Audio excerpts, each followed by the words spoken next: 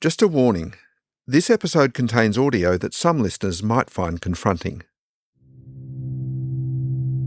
Police and emergency service. 917966, call over, requires ambulance. Thanks. Hello? Hello, I need an ambulance and I need police. Where? My husband's had an accident. We can't find the car. Where are you? Into the water and my 3 children. Where are you? We're in Winchelsea. So, Kate, I think you know we're having another look at the Farquharson case. I just wanted to know how you felt about that. When you told me you were doing this, I think I said, oh God, why? You know, it just feels like such a hideous wound to scratch open. Yeah, I'm interested in why you're doing it. That's my colleague, Kate Leahy. We work together at the Age newspaper. She's reacting like this because of the story I'm about to tell you. It evokes really strong emotions. It's something I've wanted to revisit for almost 8 years. Kate covered this story as a journalist for the Wire service, AAP, many years ago. And obviously it was not a simple court procedure in the first place, you know. There was a conviction, then he won the right to appeal. It's so painful. It's so painful. And there are a lot of people who simply think the court's got it right. So why go back there? Yeah.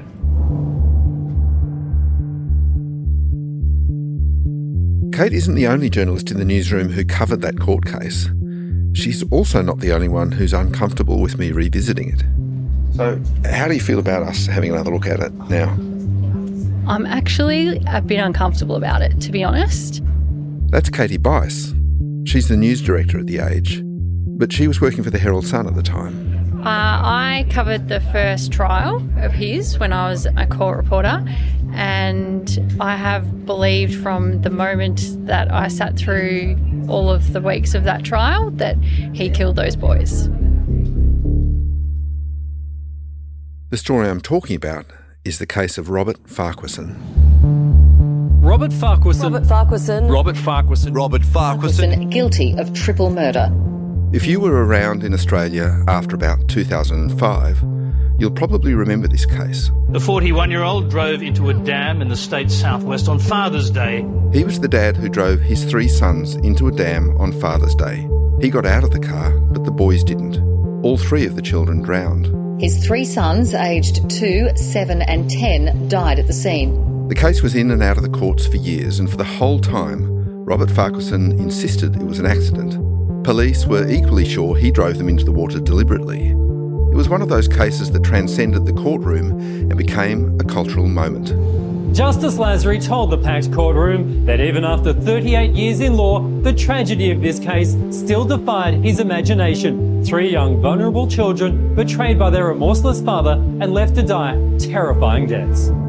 In 2010, Farquharson was convicted of triple murder. He's serving a 33-year sentence for the crime. A lot of people have a strong view about this case, and a lot still remember that one thing that convinced them that Robert Farquharson did it. When I was sitting in court, there was one particular piece of evidence from one of the crash investigators, and at one point he showed the jury how far on the steering wheel you would have to turn the wheel to get the car to go that far. That was the moment where I thought, if I was on that jury at that point, all my doubt would have been erased. Everyone else had what I would think was a kind of expected reaction of just diving into that icy water to try and get those boys out, while he stood there and asked for cigarettes. I just couldn't comprehend that from any human, let alone the father of those boys. Kate and Katie are not alone. Between 2005 and 2010, there was a trial, then an appeal, then another trial, and another appeal, and finally an unsuccessful plea for the High Court to hear the case. And 2 juries found, beyond reasonable doubt, that Farquharson was guilty. A Victorian man has been found guilty for a second time of killing his 3 children by drowning them in a dam. He's been given life in jail with a 33-year minimum. Robert Farquharson will spend about the next 30 years here, inside Victoria's top security Port Phillip prison, not that far away from where he drowned his 3 little boys in a dam. And he'll remain there because over 2 murder trials, 2 appeals and even one unsuccessful appeal to the High Court, 24 jurors and 11 judges found that he callously murdered Jay, 10, Tyler, 7 and Bailey, 2. Courts are where we all look for finality, guilty or not guilty, where we can say, that's done with, case closed. But 14 years after the gate slammed on Robert Farquharson, he and a small band of supporters continue to insist he's innocent. In the past few years, a group of scientists, lawyers and doctors have joined them. They're suggesting that the evidence against this man doesn't stack up and asking, what if the system got it wrong here? And that's the reason why I'm taking a look. If we did get it wrong, then an innocent man is in jail for a crime he didn't commit, and a serious injustice has been done. And here's the thing. It wouldn't be the first time in Australia that the legal system has got it badly wrong. Last year, in another cultural moment, Kathleen Folbig was released from prison after 20 years. She'd also been convicted of murdering 3 of her children and manslaughter of the 4th. But new science and a reassessment of her diary entries meant the evidence against her crumbled to nothing. Folbig was today pardoned and released from jail as a landmark inquiry into her convictions found there was reasonable doubt as to her guilt. And decades before that, the High Court rejected the appeal of another apparent child killer, Lindy Chamberlain. She'd also been all the way through the appeal courts and later was found innocent.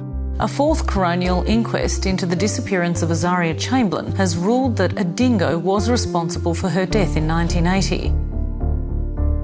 I've been a journalist for more than 30 years and an investigative reporter for about half of that. My job is to tease apart evidence and try to present the best version of the truth. And I want to know if Robert Farquharson's supporters are right.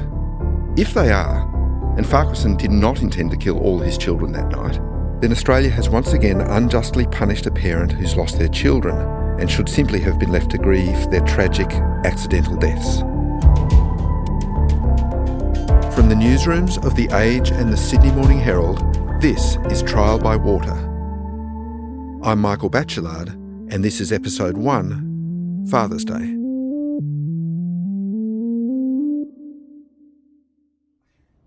So, well, tell me where we're going today.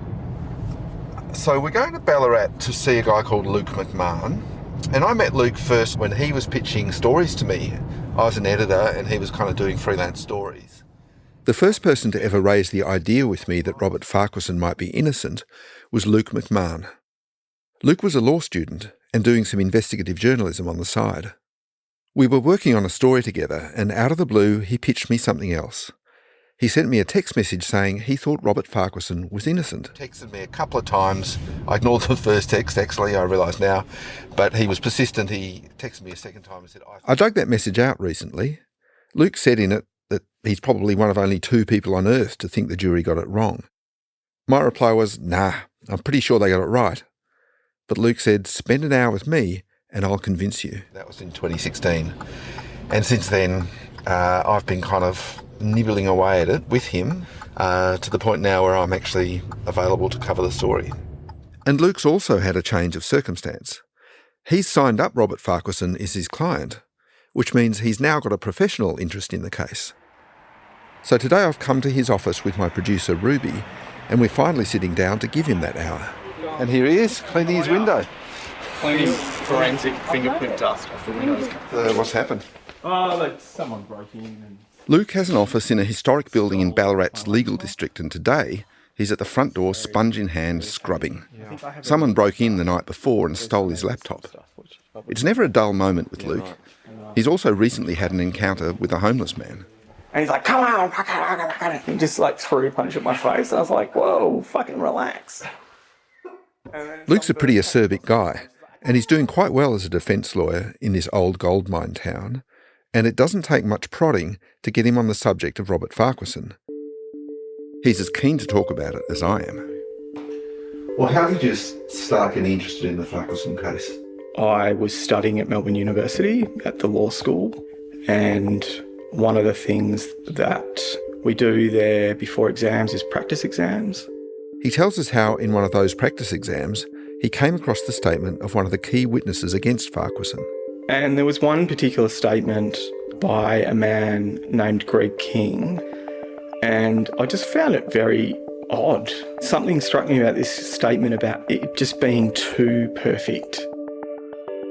We'll talk more about this statement later, but for now it's enough to know that Greg King was a friend of Farquharson's who gave evidence against him in the trials. It was one of the key things that got him convicted. But for Luke, King's statement just felt off, and he couldn't let that feeling go. I needed to get the detail. I needed to understand. Luke was hooked. I'm obsessive. I can't let things go. So Luke started connecting with anyone he could find who'd been involved in the case, and frankly, he pestered them.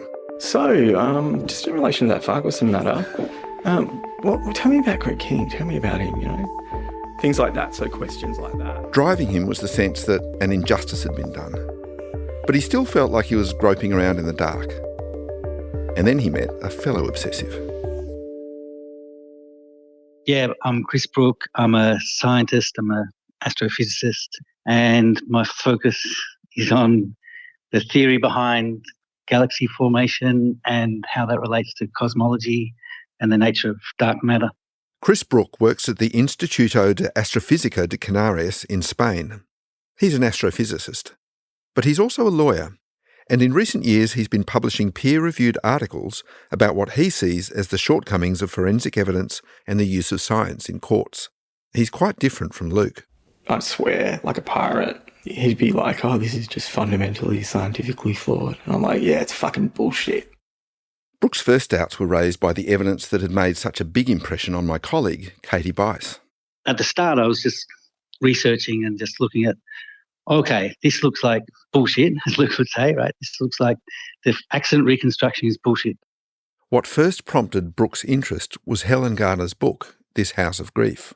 It's what most people remember when you talk about this case, and it's going to play a pretty important role in this story.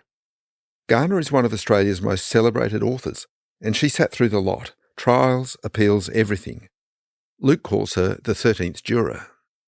In Australia, we're legally barred from interviewing the actual jury, so her account of how the evidence landed in a courtroom full of lay people is crucial. Garner described a lot of emotion and described it was a very good book, but something about it didn't quite sit well. So I was struggling to understand what evidence there was. Forensic science played a big part in convicting Farquharson, and to this scientist, what he could see of it looked hopelessly wrong. So like Luke, he started contacting people and reading court transcripts. I kept expecting that moment where I read something that gave me some doubt, but every time I started looking into it a little bit further, it fell apart. And then just to have everyone turn on him and end up in jail, I mean, it's just unimaginable, It's like a true Australian nightmare.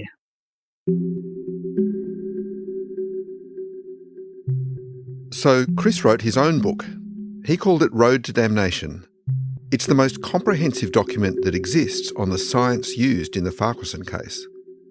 Chris has read every word of the court transcripts, scrutinised the witness statements, spoken to global experts on the forensic evidence used in the trials, and over hundreds of pages, he raises serious questions about it all. Luke read it as a manuscript. It was a big moment. His analysis was like the fog lifting and seeing things in a very raw form. Public narrative was overwhelmingly, this guy was a devil. Like, this guy was up there with the worst of the worst. And look, I mean, I think people who do bad things deserve to be punished for them. But for Luke, this wasn't one of those cases. How horrible would it be if you've lost your children and the evidence that's been presented at your trial is so wrong? Like, it's just wrong. Now, I'd love to talk to Farquharson myself, but unlike in America, journalists can't talk to people in prison, even on the phone. The Corrections Department in Victoria says prisoners have the right to free speech, but the media have to ask permission, and the authorities almost never agree. In this case, predictably, they didn't. They replied to my request, saying interviewing Farquharson would, quote, reignite public discourse and negative sentiment. As his lawyer, though, Luke does get to meet Farquharson. This is how he describes him. Just a normal guy. Just a really normal guy that I might see down at a newsagent on a Saturday morning. But also, like, it's hard not to like the guy. So, I mean, to be devil's advocate here, so, psychopaths are sometimes described as charming, for example. Yeah. It's very hard to tell from the surface what is going on underneath. What do you say to that? Yeah, I mean, he's never tried to convince me of anything. That's one thing that stood out to me. So you would think if someone's sentenced to 33 years custody, that they would accept it if they were guilty. Nothing he has indicated to me suggests in any way that he accepts it at all.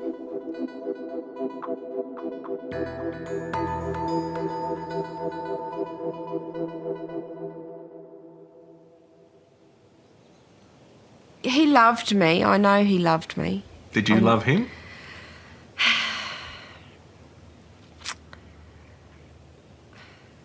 Robert Farquharson, his wife Cindy Gambino and their 3 sons lived perfectly ordinary lives in a country town called Winchelsea, 90 minutes west of Melbourne.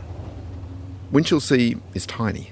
Squatters moved into the region in the 1830s, but the town didn't come into being until the first pub was built in 1842. I think Winchelsea's an interesting place. It's your typical semi-rural community.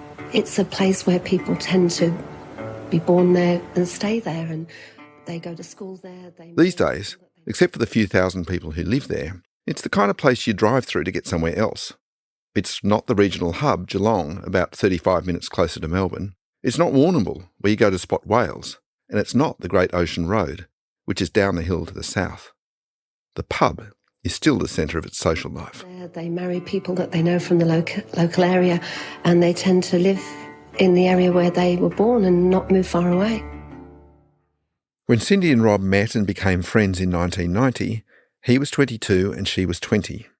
She was working in a supermarket and he still lived at home and was patching roads for the Surf Coast Shire. 3 years later, they were a couple, and a year after that, Cindy was pregnant with their oldest son, Jay. From the start, it was a bit of an unequal relationship. Rob is a very secure person. He's a very good provider. But I just found it hard to give myself to him. We can't interview Cindy. She died in 2022 after what's been described as a medical episode on Mother's Day. She was 50.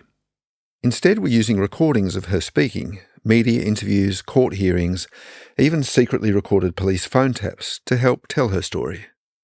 What you're about to hear is Cindy at the committal hearing in August 2006. What was the state of your marriage at that time? We'd had a bit of pressure after living with my parents. Her marriage to Robert comes across as, well, ordinary. There were money worries, his attempt to run his own business with a Jim's mowing franchise fell flat, and they nearly lost the house. So he got a job as a cleaner in Lorne, a 45-minute drive away. It wasn't glamorous or particularly well paid, and he told friends he wanted something better, but Cindy wanted a secure income, so he stuck at it. And like I said, I usually got my own way. All right. And was the outcome... He was a small guy, about 163 centimetres or 5'4" in the old measure. He smoked a bit, and according to some, complained a lot. In her first statement to police, Cindy said Rob was not a positive person, always pessimistic, but he had a heart of gold. As for their parenting, she was the disciplinarian. She told police he was very soft with the boys, and they wouldn't listen to him. He wouldn't even smack them, because he said he didn't like doing that to them. I was the decision maker, basically, she told police in her statement. I wanted another child, but Rob was unsure. He didn't know if he could cope with 3 children, but... Did that cause any arguments or friction? Sometimes, but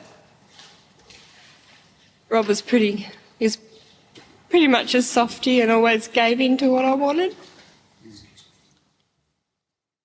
By late 2004, though, a year or so before the crash, the marriage was in trouble, and so was Farquharson's mental health. Ian MacDonald, his doctor, told police in his statement that Farquharson presented with a list of symptoms which included anxiety and mood swings. He was teary and emotional and was finding it hard to cope with the kids. MacDonald prescribed him antidepressants. Then, earlier in that year, that is the year 2004, in around about May, did you meet your present fiancé, Stephen Mills? Another man came on the scene. I think it was about May, June. Stephen Mills.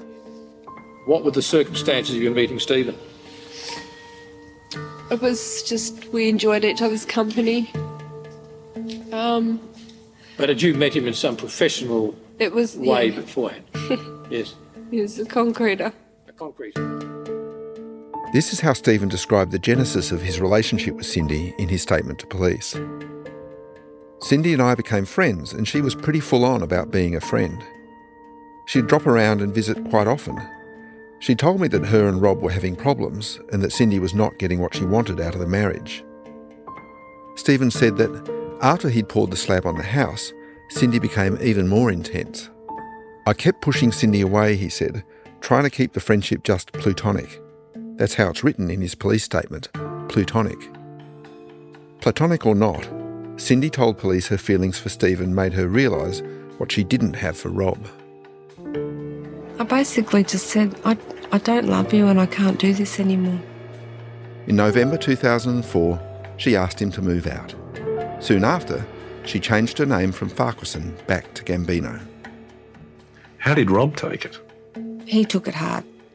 He felt like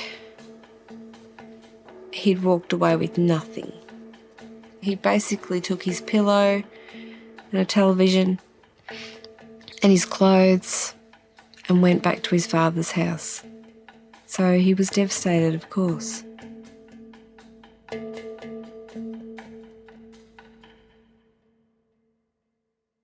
Farquharson was angry and sad. He missed the kids. This is how he described it in his first formal sit-down interview with police. It was traumatic for me, like I said, I used to be the one who'd bath them at night, tuck them into bed. I'd wait till they were all asleep and I'd go and turn the lights off and tuck them back in, so it was hard for me at first, but I've learned to live with it, like a lot of people said, Farquharson's saying that he was the one who used to bathe the kids, tuck them in at night. It was hard, he says, but he'd learned to live with it. That last little phrase, I've learned to live with it, is the kicker that both he and Cindy put on this discussion. Because as far as marriage breakups went, this did not on the face of it look like the worst. There was no family court drama, they made a financial settlement without lawyers, they agreed to sell the house they were building, though they did argue about the time frame. During 2005, in the months before the crash, Farquharson's counsellor was considering reducing his sessions with him. And even Stephen Mills, the new partner, noticed things getting better. Generally, Mills said in his police statement, he seemed a lot better. Their breakup has not been too bad. Obviously, there's been a few arguments and that, but generally, it's been okay. Most importantly for this story, Cindy gave Robert Farquharson almost unlimited access to the children. This is how she put it. I'm reading from her police statement.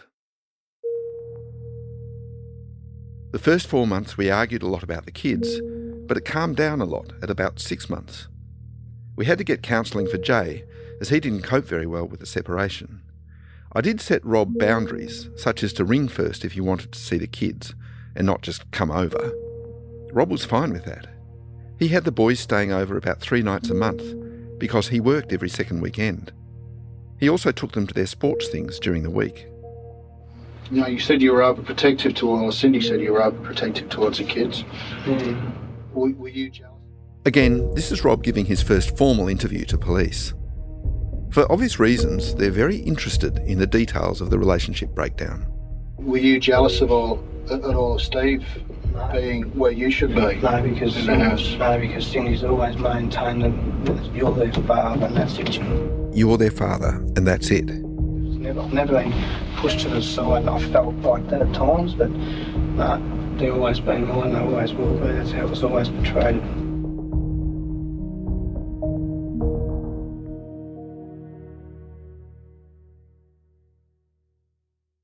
At this point, it's important to note a few things.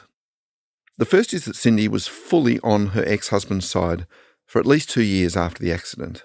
Even though she knew he'd been driving when her boys had been drowned, she stood by him. Their phone calls, which were tapped by police, were warm. I mean, I'd never hurt them. I know that. I mean, fucking, every fucking day's a fucking grind, you know?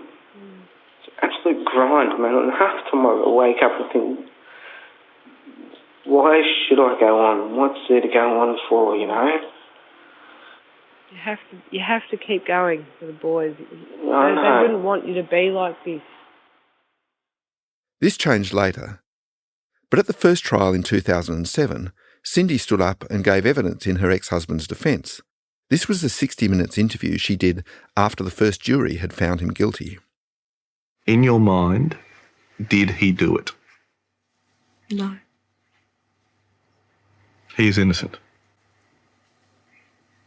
I believe he is. I believe this is a tragic accident. How do you want the world to see him?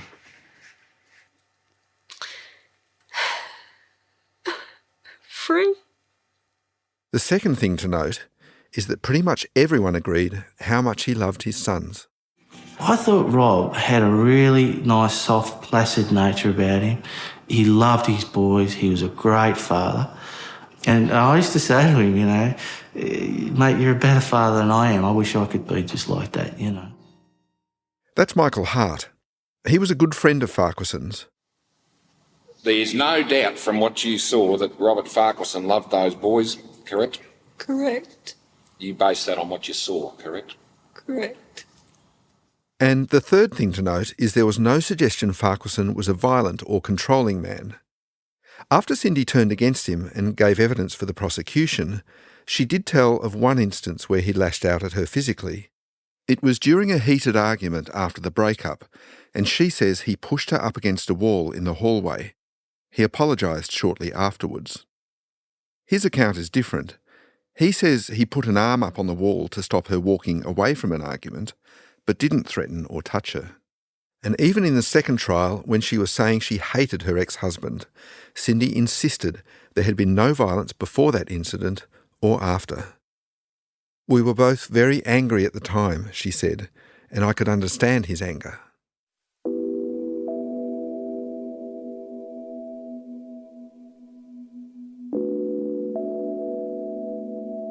Remember right at the start we spoke to Katie Bice, the news director? Well, in that conversation, she reminded me of something important. That at the centre of all this is 3 dead children. Obviously, we can't talk to the boys about growing up in the Farquharson household, but Brian Kennedy is the next best thing. G'day, is that Brian? Yep. Hi, Brian. It's Michael Batchelard here. Hey, how you going? I'm well, thanks. How are you? Can you talk? He was the best mate of Tyler, Cindy and Farquharson's middle son. Some of his earliest memories are of playing at the Farquharson house. He has a kid's eye view of life there and of Robert Farquharson. Tell me about you first. You grew up with the boys? Yep. From before I can even remember. So we were hanging around in nappies together, which I don't remember. Mum was best friends with Cindy. They went to school together. My father went to school with Rob. Brian is 25 now. He was just 7 when Tyler died. Brian describes the pair as being zip-tied together. It was like having a brother, you know. I never remember meeting him. We were just best friends, and that's it. To Tyler and Brian, Big Brother Jay was the coolest human being on the planet. They'd want to play with him, but he'd only agree if there was no one better around to kick a footy with or play cricket. Like, we wanted to hang out with him because he was a little bit older, and I suppose he was the same as we were with Bailey. It was like, oh, come on, like, you know, I don't want to hang around with the younger blokes. Brian describes himself as a mummy's boy, but not Tyler. He was funny. He was super, super chill, relaxed. I was the opposite. I was anxious. I didn't want to go to his house for a sleepover because I used to get anxious. Whereas Tyler would stay a month if he could. He was like... But just to be clear, he didn't want to stay at yours for a month because he was running away from his family or anything? Absolutely not. Absolutely not. Home was good. Home was real good. I was an anxious person and I felt so comfortable there. Brian remembers Rob well. He was one of the only adults he felt comfortable with. Rob was a bit of a softie. He was the fun one. And then Cindy would be like, come on, at 6 o'clock, dinner's up. What are you doing? And Rob would be like, oh, come on, one more game. Like, the boys want to play one more game. Brian still remembers the day his father told him the terrible news. And Dad goes, we need to have a talk to you, mate. And he goes, there's been a terrible accident and he's died, mate. And I was like, what? Like, I couldn't, I was like, what the fuck? Like, I flipped out, like I lost my shit. And then I said, I need to see, like, Jay now. And he goes, Jay's also gone, mate. And Bailey too. And then my dad wouldn't let me go to the boys' funeral because he didn't want to scar me for life. But it scarred me a fucking hell of a lot more when I was sitting there in front of the tally and I was watching the funeral on the tally. You know, like seeing the little fucking white coffins on the tally, like seeing Rob and Cindy crying on the tally. And then to say, listen, Rob's in trouble, I was like, what the fuck do you mean he's in trouble? And they're like, well, they reckon he might have done it deliberately. Like, I just was like, wow, like, what? Because I know what Rob was like, and I cannot imagine him doing it. I want to believe Rob's guilty. That would make things so much easier for me. But I can't. It just does not add up to me.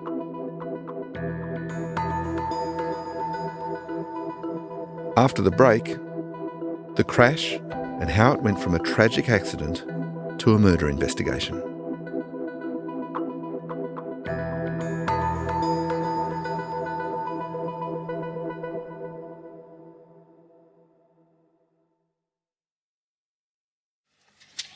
It was Friday night, footy presentation night, and Rob and I were there with the boys.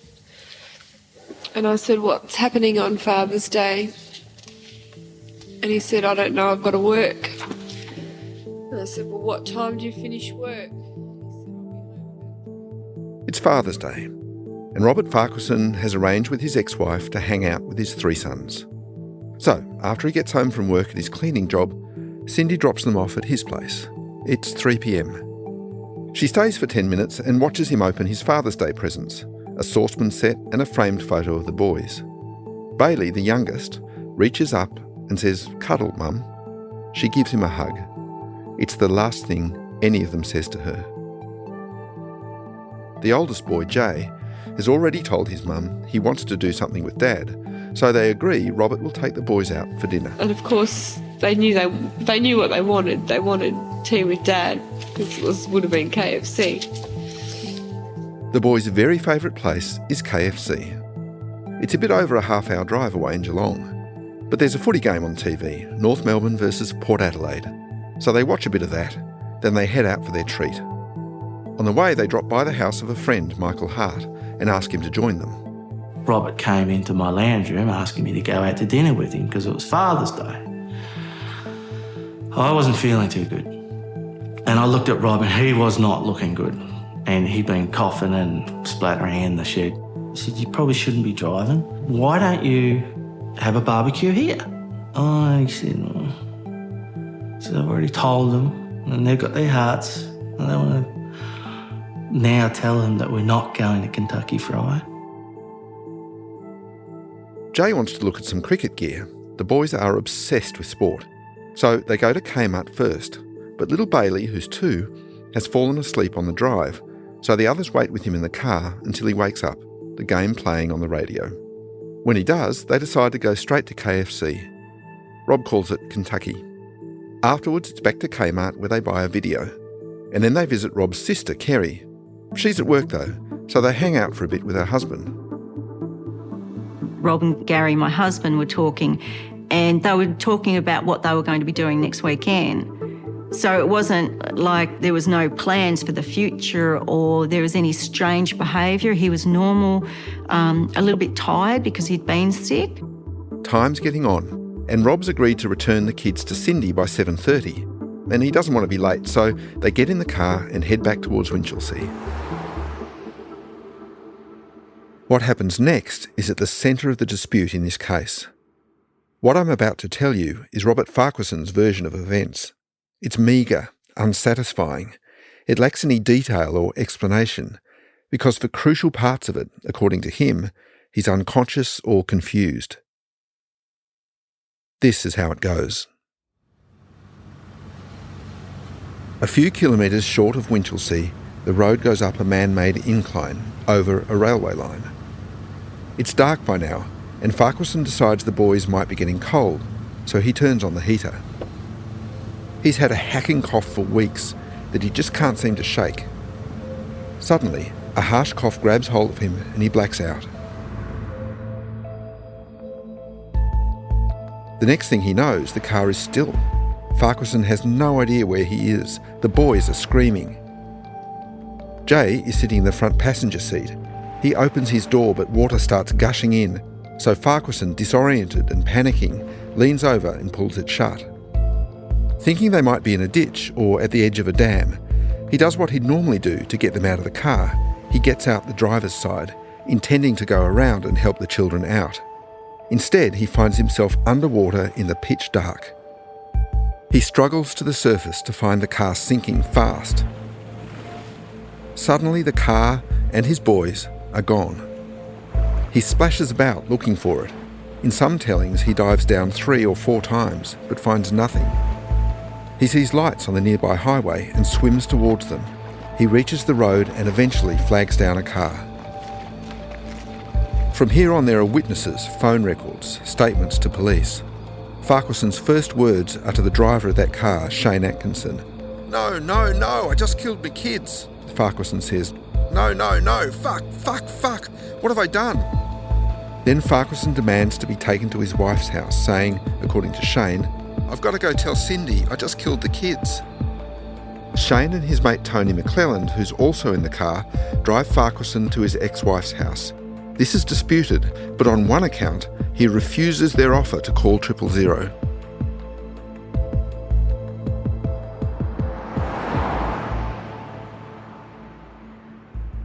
And I was closing all the curtains in the house and I saw a car pull in.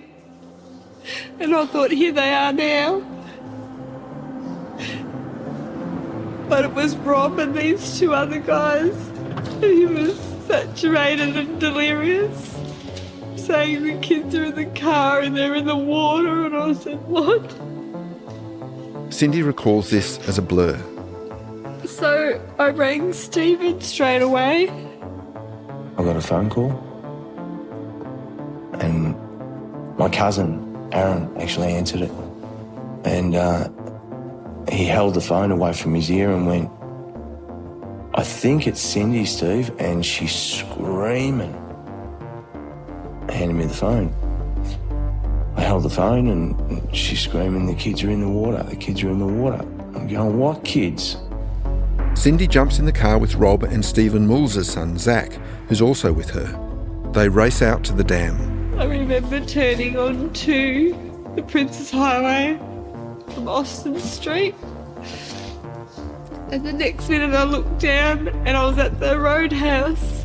I was doing 145 kilometres an hour. And Zach started getting upset, saying, Cindy, you're frightening me. Can you slow down? And I said, I've got to get to the kids. Mulls joins them at the dam. Bravely, he strips off and starts diving in the water, trying desperately to find the car.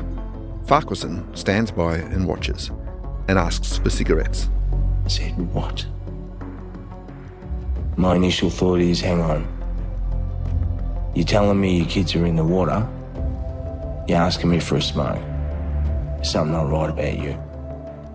I remember Stephen being very angry with Rob because he asked him for a cigarette.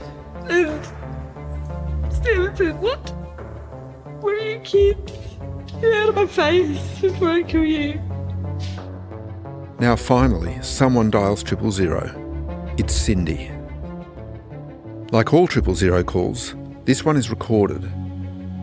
And just a warning, it's pretty distressing listening.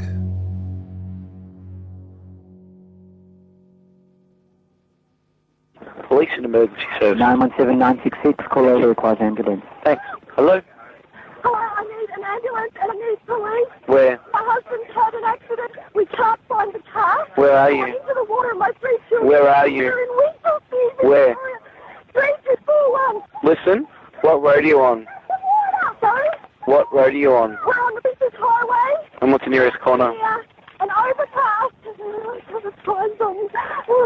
Okay, listen, take a deep breath for me. Okay, listen. The operator spends the first 2 minutes of the call trying to understand where exactly Cindy is. Once he does, he tries to figure out what's actually happened. What's happened? Your husband's had a car accident? Yes. Okay, how many cars? I don't know where the car is.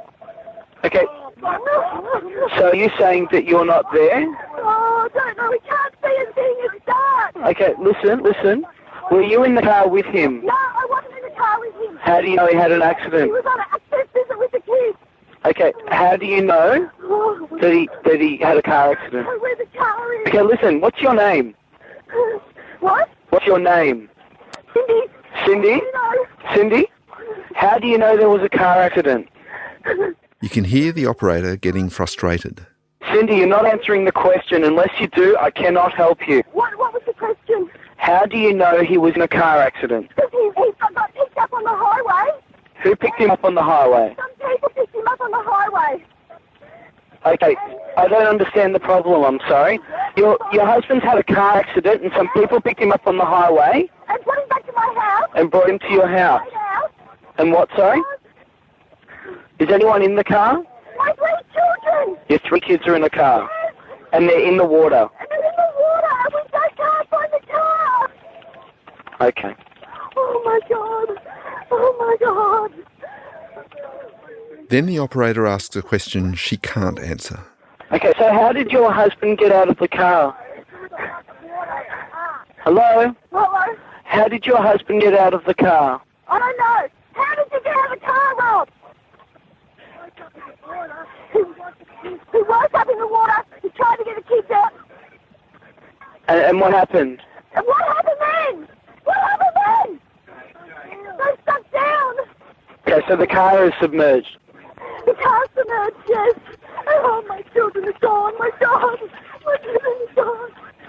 Oh, The operator then asks Cindy some routine questions for her full name, phone number, her home address.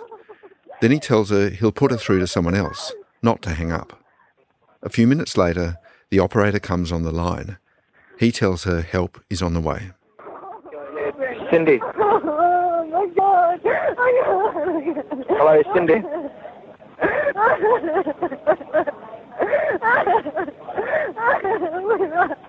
Hello? Oh, he's my baby. Cindy? Hello? My baby. Where's the fence? Where's the fence? It must have got in here. It must have got in here.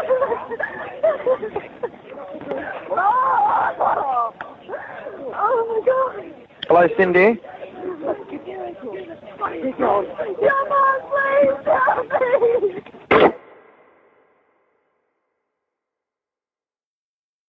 At some point in the investigation of a crash of this magnitude, the police have to make a decision. Are they dealing with an accident or something else? With 3 dead children and a surviving dad, the question is already in the air even before the officer in charge, Senior Sergeant Jeffrey Smith, has made it to the scene on the night of the crash. In 2005, Smith is a grizzled veteran of policing. He's been a member of the force since 1976 and with the Major Collision Unit for 9 years. When he takes a call about the crash at home at 8:30 p.m. on Father's Day, he jumps in his car and heads south from Melbourne. Along the way, he makes a series of phone calls. One of them is to the homicide squad, just to raise the prospect that they might be needed.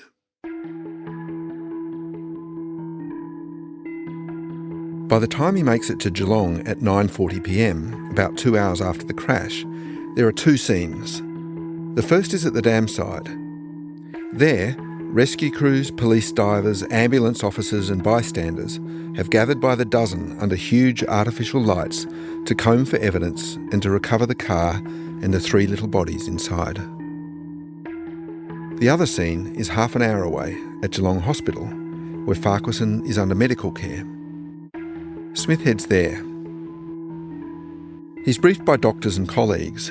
Then, at shortly before 10 p.m, he and Senior Constable Rowan Cortis hit record on a tape player. Let's just keep the word.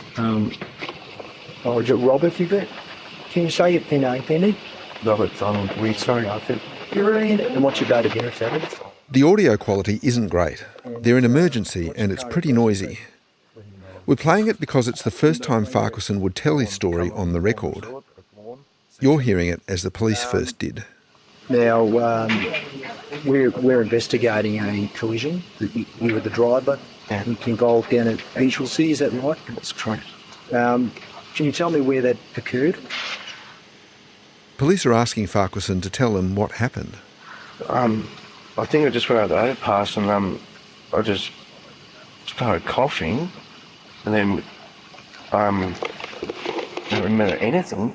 It's the same story he told again and again and again over the years. He coughed, passed out, found himself in the water. And then all of a sudden I was in this water and my son was going out and he opened up the door on my nose dive. I shut the door on him and I tried to get them out and I tried to get out to get help because I was only just in off the road, not realising I was out a fair bit. The car nosedived. He tried to get the kids out. He couldn't. So he went to find help. Tried to get up to the road to get people to give me to help and people just drove past and I don't know exactly whereabouts it was and it's just a big blur, everything was happening so quick. It was just a blur. Everything went so quick. The interview isn't long. It goes for less than 20 minutes. The two officers ask him the questions you'd expect. Was there anyone else in the traffic or anything? No. How fast was he travelling? Had he been drinking? Do you have any allergies at all? No, not real. Was everything okay between him and his ex-wife? What are your injuries? What have you got? But to their ears, Farquharson's answers start to sound odd. Do you always have your children not made it out of the car? That's Sergeant Jeff Smith you're hearing. He's just asked Farquharson if he realises that his children haven't made it out of the car. I gathered that. The police would later say that Farquharson showed no signs of distress. Smith was sceptical that he'd been in the dam at all. He said Farquharson's hair appeared too clean and neat for that. So, 8 minutes into the interview, they tell him his rights. Mate, all these sorts of interviews, we've got to warn you that you don't have to say anything, and anything you say could give you an evidence. Do you know that? Then Farquharson asks the first of two questions that pull the detectives up short. Can I ask one question? Yeah, mate, you can ask me a question. I've never ever been in trouble before, so what's the likely scenario for me? He asks, what's the likely scenario for me? The police play a straight bat. Well, mate, at this stage, all we know is that you're clean in an accident where you've driven off the road and with your kids have been in the car. So what sort of... Well, mate, at this stage, I don't... It's so early, you're not looking at you for doing anything. I mean, that's something I've got to live with for the rest of my life. That's the thing. But, what I'm trying to say is I've go through and check that I've got no record. Is there anything you want to tell us? No, that's exactly as it happened. I've got no reason to lie or anything of that nature. Towards the end of the interview, the audio gets particularly hard to hear, but Farquharson asks again. Yeah, I thought, sort of things that happen with me now, What is going to happen to me now, he asks. Well, You know about to you, do we? yes, well, I don't know. We're at the moment, mate, we're just trying to find out what happened. We haven't even been to the crash site yet. We're on our way down there now. There's another crew gone down there. And, mate, that's where it goes. I just had to see. It's weird. What was like the scenario? No idea. Farquharson repeats it here. What's the likely scenario? Well, at this stage, we just don't. No idea, mate. At this stage, we just don't know, Sergeant Smith replies.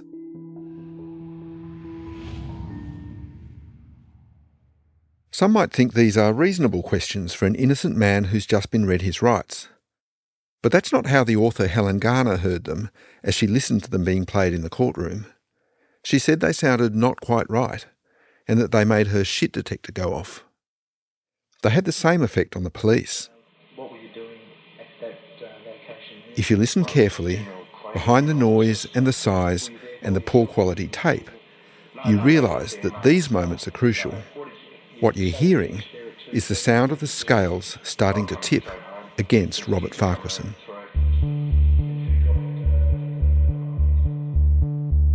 As well as the hospital interview, Sergeant Smith made notes. Over 4 pages of neat cursive, you can see his tone becomes increasingly sceptical as the night wears on, as well as the note about Farquharson's hair not being wet. He also writes, although he appears to know children are dead, he hasn't reacted very emotionally to it, brackets, no tears. But one thing appears to have struck him most of all. A line in his notes says, he asked 2 times about what was happening to him. What is the process? It's the only line Smith has starred. We approached Victoria Police for interviews with the investigating officers in this case. They declined, but they've spoken about it before. This is Smith on a TV documentary called Crimes That Shook Australia. At the completion of the interview, I had no doubt that something was terribly wrong. He only asked 2 questions, really. He said, I haven't been in a lot of trouble. I haven't been in a lot of trouble. So what's the scenario for me from here? And the other one was, what's going to happen to me? I was gobsmacked because they're not the sort of questions you'd be asking. What are happening with the kids? They sort of cling on to hope and stuff like that. And they say, is there any chance that one of them might be all right? But he never did. After the interview at the hospital, Smith went down to the dam. There, police and paramedics were sceptical of Farquharson's story. While others, including Stephen Moores, had been diving to try to find the car, Farquharson had just stood on the bank, watching and asking for cigarettes. By the time Sergeant Smith arrived at the dam, it was approaching 11 p.m. The police diver, feeling her way around the mud more than 7 metres underwater, was just about to discover Farquharson's car, 28 metres from where it had gone into the dam. Smith located his colleague, Constable Jeff Exton, and went to talk to him. And before I could more or less finish telling him what I thought was wrong with Mr. Farquharson, Jeff had said to me, he said, it's no good down here. He said, if he's saying that's what happened, that didn't happen. He said, there's something horribly wrong here.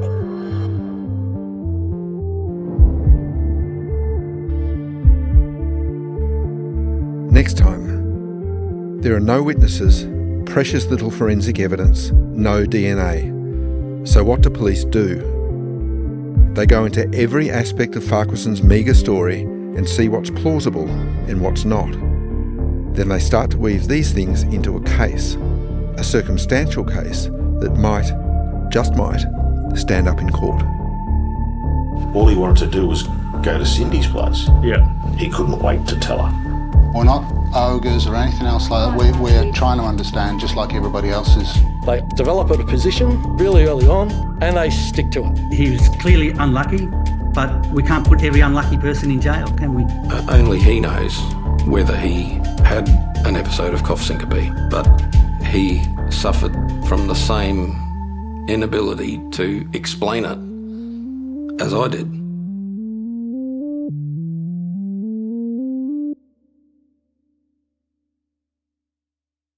If you found any of the material in this episode distressing, help is available. Call Lifeline on 13 11 14.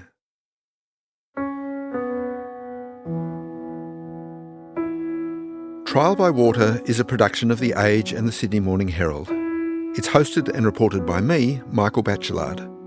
Ruby Schwartz executive produced the series. She's also the head of investigative podcasts. Martin Peralta mixed the series. Additional reporting in this series from Nick McKenzie. Editing from Patrick Elliott, The Age's editor, and Matthew Dunkley, the deputy and investigations editor. Tom McKendrick is head of audio and video. Chris Payne is the head of premium content. Special thanks to David McMillan and Martine Chaussard.